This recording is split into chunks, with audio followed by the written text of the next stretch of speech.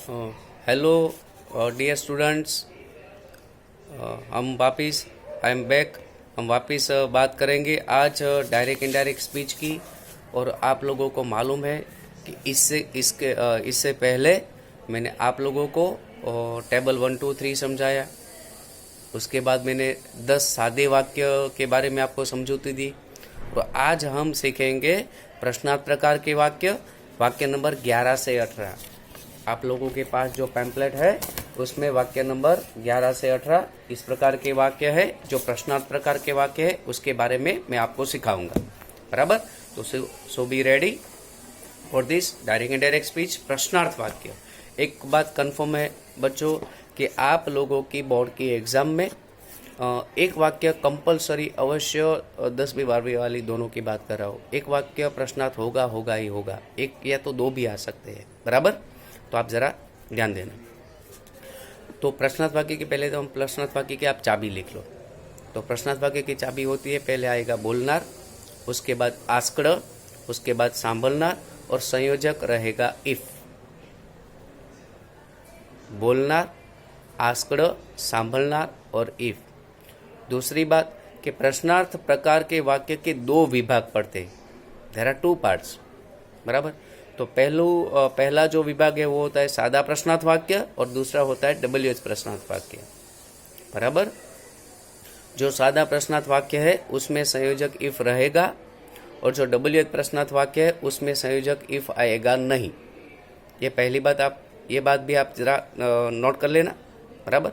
दूसरी बात कि सादा प्रश्नार्थ वाक्य में सब्जेक्ट रहेगा दूसरे स्थान पर और WH प्रश्नार्थ वाक्य में सब्जेक्ट रहेगा तीसरे स्थान पर। यह भी बात आपको ध्यान में रखनी, क्योंकि डायरेक्ट स्पीच में मान लो कि डायरेक्ट स्पीच में डायलॉग में अगर प्रश्नार्थ वाक्य दिया है तो उसमें से आपको सब्जेक्ट को ढूंढकर जब आप जवाब लिखो तब सब्जेक्ट को ढूंढकर आपको आगे लिखना होगा। इसलिए ये बात आपको जाननी बहुत ज़रूरी है। बराबर? आप याद करो कि लास्ट ईयर मैंने आपको इसके अलग लैंग्वेज में समझाया था कि सादा प्रश्नार्थ को हमने दिया था सादा डोसा और WH प्रश्नार्थ वाक्य को हमने बताया था मसाला डोसा।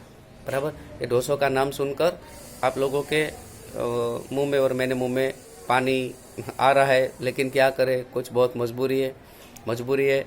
मोदी साहब ने जो 3 मई तक लॉकडाउन लंबाया है, बराबर, तो इसको हम सबको फॉलो करना है। बराबर? मोदी साहब के लिए नहीं, हमारे लिए।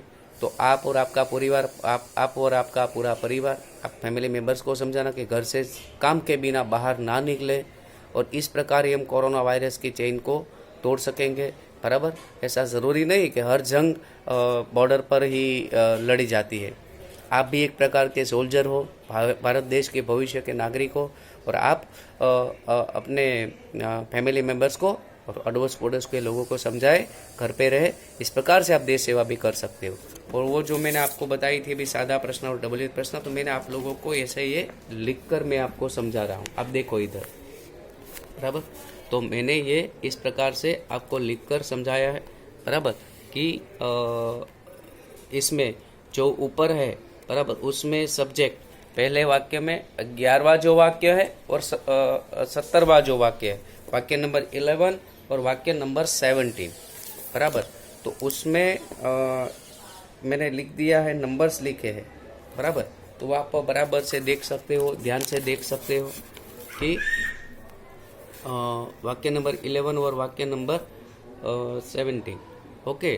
तो वाक्य नंबर जो 11 है वो सादा प्रश्नार्थ का वाक्य है। बराबर? सादे प्रश्नार्थ का वाक्य है और उसमें सब्जेक्ट है यू। बराबर? तो कैन पहला क्रम और यू रहा दूसरा क्रम। और जो 70वां वाक्य है वो WH प्रश्नार्थ का विभाग का वाक्य है। उसमें when did you finish 50, when पहला क्रम, डिड यानी बीजा क्रम, दूसरा क्रम, और यू यानी तीसरा क्रम। ओके? और ये बात भी आपको बहुत अच्छी तरह से मालूम ही है, लेकिन मैं आपको वापस बताना चाहता था। बराबर? हम आगे चालू करने जा रहे हैं 11वां वाक्य। The blind man said to me, can you help me. बराबर? और पीछे प्रश्नार्थ चिन्ह। आपको एग्जाम में चिन्ह दिया गया होगा तो आपको पता चल जाएगा। इसमें अब हम जवाब की बात करें तो हमारी चाबी के मुताबिक पहले आएगा द बोलनार, the blind man. Reporting verb asked, सांभळनार मी और संयोजक रहेगा इफ। ओके, बराबर। अब हम सब्जेक्ट की बात करें तो इसमें सब्जेक्ट है यू, बराबर। प्रश्नार्थ वाक्य का जवाब बनाओ तो आपको सब्जेक्ट को आगे लेना पड़ेगा। तो यू को यू योर मतलब किसके मुताबिक हो चेंज होगा? सुनने वाले के मुताबिक, सांभलनार मुजब। और सांभलनार कौन है? मी। तो मी का सब्जेक्ट क्या होता है? आई, बराबर। आप देख सकते हो, इसलिए यू योर कोना मुजब फरे? सांभलनार मुजब। सांभलनार कौन है? मी। तो मी का क्या हुआ? आई। ओके, इफ के बाद आया। अब हम वाक्य की शुरुआत से चालू करेंगे। कैन का हुआ कुड, हेल्प का हेल्प और मी का हिम। कैसे? आई मी, आई और मी, दूसरा क्रम। आई मी माई किसके मुताबिक चेंज होगा? बोलनार के मुताबिक। और बोलनार नर जाती है, तो नर जाती है तो ही वाली लाइन को हम पकड़ेंगे, दूसरे स्थान तक ले जाएंगे, ही और हिम, बराबर। तो इसलिए मी का हुआ हिम। और आप लोगों को ऐसे यू का आई हुआ, बराबर, और मी का हिम हुआ। तो ऐसे जहाँ जहाँ जिसका जो चेंज होता है वो आप लोगों को ऐसे जोड़ देना है, आप लोगों को ऐसे जोड़ देना है। लगभग तो मुझे पता है तब तक आप लोगों ने ऐसे ये जोड़ा होगा, क्योंकि मैंने लास्ट ईयर ये सब आपको मैंने करवाया है, तो अच्छा रहेगा, बराबर। अब वाक्य नंबर 12 से लेकर मैं आपको आगे के वीडियो में समझाने जा रहा हूँ। देवियों और सज्जनों, कहीं भी जाएगा मत। I will be back in the next video.